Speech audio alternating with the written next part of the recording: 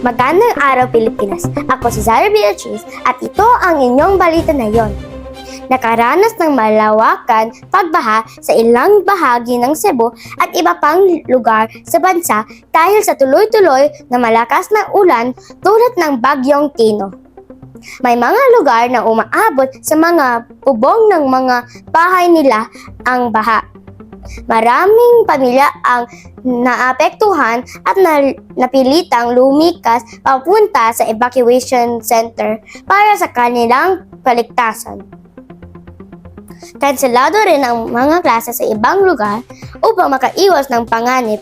Patuloy namang tumutulong ang mga rescue team at lokal na pamahalaan sa nagbibigay ng pagkain, tubig at iba pang pangangailangan sa mga apektadong pamilya.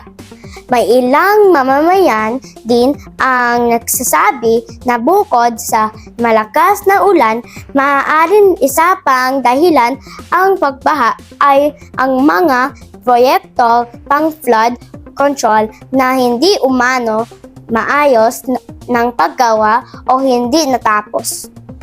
Hinihiling nila na masigurong nagamit ang tamang pondo ng bayan upang maiwasan ang mas matinding pagbaha sa hinaharap. Samantala, pinaalalahanan ng lahat magiging handa sa panahon ng bagyo, makinig sa balita, sumunod sa mga babala ng mga otoridad.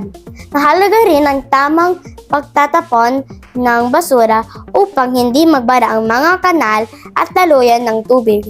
Magandang araw at mananatiling ligtas ang lahat.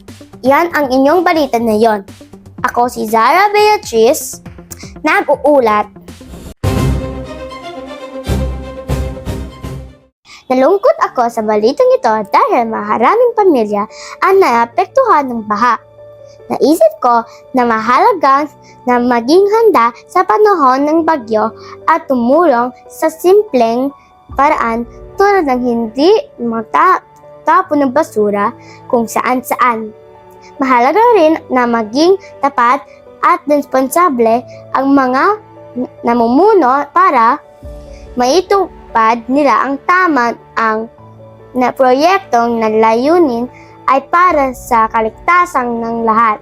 Matanong ko po kayo, ano ang maaari mong gawin upang maging handa sa panahon ng bagyo?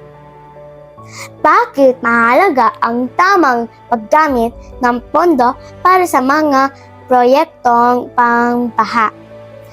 Ang inyong lingkod, Zara.